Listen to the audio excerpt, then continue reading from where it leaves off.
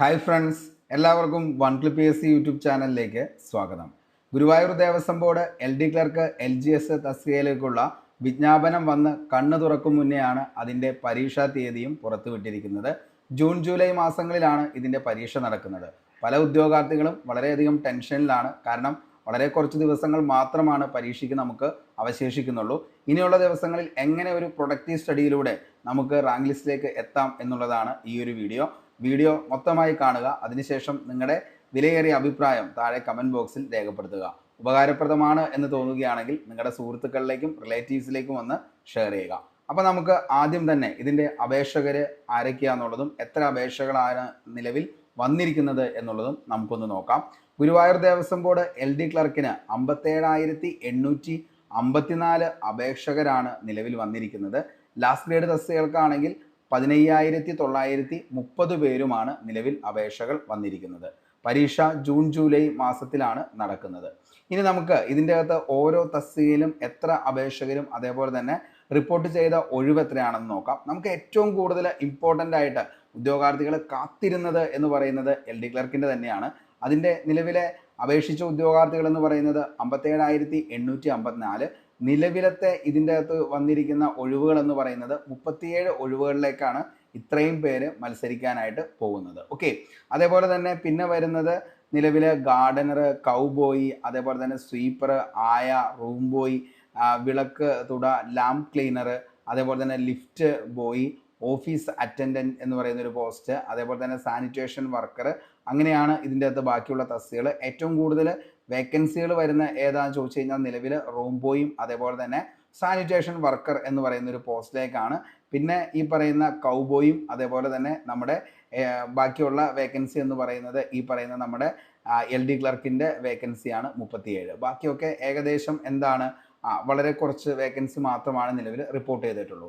അപ്പോൾ LD ക്ലർക്കിന് വേണ്ടിയിട്ടാണ് എല്ലാവരും ഏറെ കാത്തിരുന്ന ഒരു എക്സാം എന്ന് പറയുന്നത്. അത് എത്രയും പെട്ടെന്ന് നടത്തി എന്നുള്ള ഒരു ഇത് നിങ്ങൾ ആരും ഒന്നും വിചാരിച്ചൊരു നെഗറ്റീവ് ആവണ്ട. കാരണം എന്താണെന്ന് ചോദിച്ചു കഴിഞ്ഞാൽ നിങ്ങൾക്ക് സിലബസ് കാണുമ്പോൾ തന്നെ മനസ്സിലാവും എന്തുകൊണ്ടാണ് ഞാൻ അങ്ങനെ പറഞ്ഞത് എന്നുള്ളത്. കാരണം ഇനിയുള്ള ദിവസങ്ങളിൽ നിങ്ങൾ നല്ല രീതിയിൽ പഠിക്കാൻ തയ്യാറാണെങ്കിൽ തീർച്ചയായിട്ടും റാങ്ക് ലിസ്റ്റിൽ വരാനായിട്ടുള്ള ചാൻസ് വളരെ കൂടുതലാണ്. അപ്പോൾ അതിന് വേണ്ടിയിട്ട് നിങ്ങൾ എന്തൊക്കെയാണ് നോക്കേണ്ടത് എന്നുള്ളതിനെ കുറിച്ചാണ് നമ്മൾ ഇനി പറയാനായിട്ട് പോകുന്നത്. ഓക്കെ, അപ്പോൾ അതിനു മുന്നേ ഞാൻ നിങ്ങളുടെ അടുത്ത് സിലബസ് ഒന്ന് കാണിക്കാം. നമുക്ക് 5 പാർട്ടാണ് നിലവിൽ ഈ പറയുന്ന LD ക്ലർക്ക് തസ്തികയിലേക്ക് വേണ്ടിയിട്ട് പഠിക്കാനായിട്ടുള്ളത്. ഓക്കെ, അപ്പോൾ ഈ ഒരു 5 പാർട്ട് നിങ്ങൾ കാണുമ്പോൾ തന്നെ നിങ്ങൾക്ക് മനസ്സിലാവും എന്തുകൊണ്ടാണ് ഞാൻ പറഞ്ഞത് ഈ ഒരു ദിവസം കൊണ്ട് നമുക്ക് LD ക്ലർക്ക് ക്രാക്ക് ചെയ്യാം എന്നുള്ളത് മനസ്സിലാവും. ഓക്കെ, പാർട്ട് 1 നമുക്ക് പഠിക്കാനുള്ളത് general knowledge and current affairs ആണ്. അതായത് പൊതുവിജ്ഞാനവും ആനുകാലികവുമാണ് പാർട്ട് 1 നമുക്ക് പഠിക്കാനുള്ളത്. പാർട്ട് 2 നോക്കുവാണെങ്കിൽ മക്കളെ ലഘുഗണിതവും മാനസിക ശേഷി യുക്തിചിന്തയും, അതായത് maths, mental ability and reasoning ആണ് ഇതിൻ്റെ അകത്ത് വരുന്നത്. പാർട്ട് 3 ജനറൽ ഇംഗ്ലീഷ് ആണ് നമുക്ക് പഠിക്കാനുള്ളത്. പാർട്ട് 4 പ്രാദേശിക ഭാഷ മലയാളം ആണ് നമുക്ക് ഇതിൻ്റെ അകത്ത് വരുന്നത്. അതാണ് നമുക്ക് പഠിക്കേണ്ടത്. പിന്നെ വരുന്നത് പാർട്ട് 5. മക്കളെ ഞാൻ പറയുന്ന കാര്യത്തിൻ്റെ ഏറ്റവും ഹൈലൈറ്റ് ആയിട്ടുള്ള കാര്യം വരുന്നത് ഇവിടെയാണ് പാർട്ട് 5. അതായത് ക്ഷേത്രകാര്യങ്ങൾ, ഹൈന്ദവ സംസ്കാരം, ആചാര അനുഷ്ഠാനങ്ങൾ, വിവിധ ദേവസ്വം ബോർഡുകൾ മുതലായവ. ഇവിടെയാണ് നമുക്ക് ഏറ്റവും കൂടുതൽ നമ്മൾ എന്ത് ചെയ്യേണ്ടത്, ഏറ്റവും കൂടുതൽ കോൺസെൻട്രേറ്റ് ചെയ്യേണ്ട അല്ലെങ്കിൽ ഏറ്റവും വലിയ ടോപ്പിക് എന്ന് പറയുന്നത് പാർട്ട് 5 എന്ന് പറയുന്ന ഈ ഒരു ടോപ്പിക്കാണ്. ഇവിടെയാണ് നമ്മൾ ഏറ്റവും കൂടുതൽ ഇമ്പോർട്ടൻ്റ് കൊടുക്കുന്നത്. ബാക്കി നിങ്ങൾ നോക്കിക്കഴിഞ്ഞാൽ മനസ്സിലാവും നിങ്ങൾ എന്താണോ ഇത്രയും നാൾ പഠിച്ചുകൊണ്ടിരുന്നത്.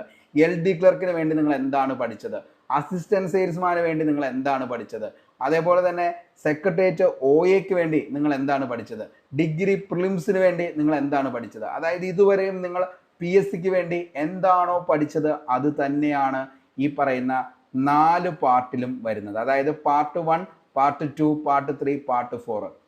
ഇത്രയും കാര്യങ്ങൾ നിങ്ങൾ ഇതുവരെയും, അതായത് ഇപ്പോൾ LD ക്ലർക്കിന് മുതൽ, അതായത് മിക്ക ഉദ്യോഗാർത്ഥികളും നിലവിൽ നമ്മുടെ LDC 2024 വേണ്ടി പ്രിപ്പയർ ചെയ്ത ഉദ്യോഗാർത്ഥികൾ തന്നെയായിരിക്കും ഈ വീഡിയോ കാണുന്നത്. അപ്പോൾ ഇത്രയും നാളുകളായിട്ട് നിങ്ങൾ എന്താണോ അവിടെ പഠിച്ചത് അത് തന്നെയാണ് ഇവിടെ വരുന്നത്. കൂടുതലായിട്ട് നിങ്ങൾക്ക് പഠിക്കാനുള്ളത് ഒരൊറ്റ പോയിന്റ് ഉള്ളൂ. അതായത് പാർട്ട് 5 വരുന്ന ക്ഷേത്രകാര്യങ്ങൾ, ഹൈന്ദവ സംസ്കാരം, ആചാരാനുഷ്ഠാനങ്ങൾ. ബാക്കി എല്ലാ മക്കളെ സെയിം അങ്ങനെ തന്നെയാണ് നിങ്ങൾക്ക് പഠിക്കാനുള്ളത്. കാരണം എന്താണോ നിങ്ങൾ ഇതുവരെയും PSCക്ക് വേണ്ടിയിട്ട് പ്രിപ്പയർ ചെയ്ത ഉദ്യോഗാർത്ഥിയാണ് നിങ്ങൾ പഠിച്ചെങ്കിൽ അത് അങ്ങനെ തന്നെ. ഇതേ നോക്കിയേ, ജനറൽ ഇംഗ്ലീഷ് അങ്ങനെ തന്നെയാണ് പഠിക്കാനുള്ളത്, അതേപോലെ തന്നെ മലയാളം അങ്ങനെ തന്നെയാണ് പഠിക്കേണ്ടത്. ഇനി നമുക്ക് പഠിക്കേണ്ട മെയിൻ ആയിട്ടുള്ള ടോപ്പിക് ഇത് ഇത്രയും കാര്യങ്ങളാണ് നിങ്ങൾക്ക് എക്സ്ട്രാ പഠിക്കേണ്ടത്. കേരളത്തിൻ്റെ ചരിത്രവും സംസ്കാരവും പാരമ്പര്യവും വിളിച്ചോതുന്ന ക്ഷേത്ര ഉത്സവങ്ങൾ ഏതൊക്കെയാണെന്നുള്ളതാണ് ഇതിൽ വരുന്നത്. അതേപോലെ തന്നെ ആഘോഷങ്ങൾ, അവയുടെ സാമൂഹിക പ്രസക്തിയും പ്രാധാന്യവും, കുറച്ചൊക്കെ നമ്മുടെ കേരള എന്താണ് ആർട്ട് ആൻഡ് ലിറ്ററേച്ചർ എന്ന് പറയുന്ന ഒരു ടോപ്പിക്കിൽ വരുന്ന കുറേ കാര്യങ്ങൾ ഇതിൻ്റെ അകത്ത് വരുന്നുണ്ട്. ഓക്കെ, കേരളത്തിലെ പ്രമുഖ ക്ഷേത്രങ്ങൾ, പ്രത്യേകതകൾ, സവിശേഷത, അതേപോലെ തന്നെ നിത്യാനുഷ്ഠാനങ്ങൾ, ക്ഷേത്ര മര്യാദകൾ, ക്ഷേത്രകലകൾ, ക്ഷേത്രവാദ്യങ്ങൾ, കേരളീയ ക്ഷേത്ര വാസ്തുശൈലികൾ, അനുഷ്ഠാനങ്ങൾ, അനുഷ്ഠാന വാദ്യകലകൾ, വേദങ്ങൾ, ഉപനിഷത്തുകൾ, പുരാണങ്ങൾ, മറ്റു പ്രമുഖ ഹൈന്ദവ മതഗ്രന്ഥങ്ങൾ, അവയുടെ സൃഷ്ടാക്കൾ ആരൊക്കെയാണ്, കഥാപാത്രങ്ങൾ, ഹൈന്ദവ ആചാര്യന്മാർ, തത്വ ചിന്തകർ, സാമൂഹിക പരിഷ്കർത്താക്കൾ, ഭക്തിപ്രസ്ഥാനം, ആവിർഭാവം, അതേപോലെ തന്നെ ഭക്തിപ്രസ്ഥാന നായകരാരൊക്കെയാണ്, അവരുടെ ആധ്യാത്മിക രചനകൾ ഏതൊക്കെയാണ്, വിവിധ ദേവസ്വം ബോർഡുകൾ, ആവിർഭാവം, നിലവിലെ ശ്രേണി ക്രമീകരണവും ക്ഷേത്രഭരണവും, കേരള ദേവസ്വം റിക്രൂട്ട്മെന്റ് ബോർഡ്, ആവിർഭാവം, കടമകളും ഉത്തരവാദിത്തവും, ഭരണശ്രേണി ക്രമീകരണവും. ഇത്രയും കാര്യങ്ങളാണ് നിലവിൽ നമുക്ക് ഏറ്റവും കൂടുതലായിട്ട് പഠിക്കാനുള്ളത്. അതായത് ക്ഷേത്രകാര്യങ്ങൾ, ഹൈന്ദവ സംസ്കാരം, ആചാരാനുഷ്ഠാനങ്ങൾ, വിവിധ ദേവസ്വം ബോർഡുകൾ. മക്കളെ, നിങ്ങൾ ഇനിയുള്ള ദിവസങ്ങളിൽ നിങ്ങൾ പഠിക്കുന്നതിൻ്റെ കൂടെ ഇതിൻ്റെ അകത്തുനിന്ന് 2 ടോപ്പിക്കുകൾ വെച്ച് നിങ്ങൾ പഠിച്ചു പോയി കഴിഞ്ഞാൽ സിമ്പിളായിട്ട് നിങ്ങൾക്ക് ഈ ഒരു എക്സാം ക്രാക്ക് ചെയ്യാനായിട്ട് പറ്റും. ഓക്കെ, അതായത് ബാക്കി എല്ലാം നമ്മുടെ സെയിം കണ്ടന്റ് ആണ്. നമ്മുടെ തന്നെ പ്ലേലിസ്റ്റിൽ നമ്മൾ LDC 2024 hot topics, LDC rapid revision, അതേപോലെ തന്നെ LDC റിവിഷൻ മെത്തേഡ്, അങ്ങനെ LDCയുടെ തന്നെ ഇഷ്ടംപോലെ ടോപ്പിക്കുകൾ നമ്മൾ ചെയ്തിട്ടുണ്ട്. അതേപോലെ തന്നെ ഏറ്റവും റീസെൻ്റ് ആയിട്ട് നമ്മൾ ഇംഗ്ലീഷ്, മാത്സ്, മലയാളത്തിൻ്റെ ക്ലാസ്സും നമ്മൾ സ്റ്റാർട്ട് ചെയ്യും. അപ്പോൾ അതിൻ്റെ അകത്തൊക്കെ വരുന്ന എന്തൊക്കെ കാര്യങ്ങളാണോ അത് തന്നെയാണ് മക്കളെ വരുന്നത്. അപ്പോൾ എക്സാം നേരത്തെ ആയി എന്ന് വിചാരിച്ചുകൊണ്ട് ആരും ഒരിക്കലും ടെൻഷൻ ആവണ്ട. അത് നല്ല കാര്യം തന്നെയാണ്. കാരണം എന്താ ചോദിച്ചു കഴിഞ്ഞാൽ, പഠിക്കുന്ന ഉദ്യോഗാർത്ഥികളെ സംബന്ധിച്ചിടത്തോളം ആകെ പഠിക്കേണ്ടത് പാർട്ട് 5 ഈ ഒരു ടോപ്പിക്ക് മാത്രമാണ്. ഇത്രയും പഠിച്ചു കഴിഞ്ഞാൽ നിങ്ങൾക്ക് വളരെ പെട്ടെന്ന് എന്ത് ചെയ്യാൻ പറ്റും, ഈ ഒരു റാങ്ക് ലിസ്റ്റിൽ ഇടം പിടിക്കാനായിട്ട് പറ്റും. അപ്പോൾ നേരത്തെ എക്സാം വന്നതിൽ ആരും ടെൻഷൻ ആവേണ്ട.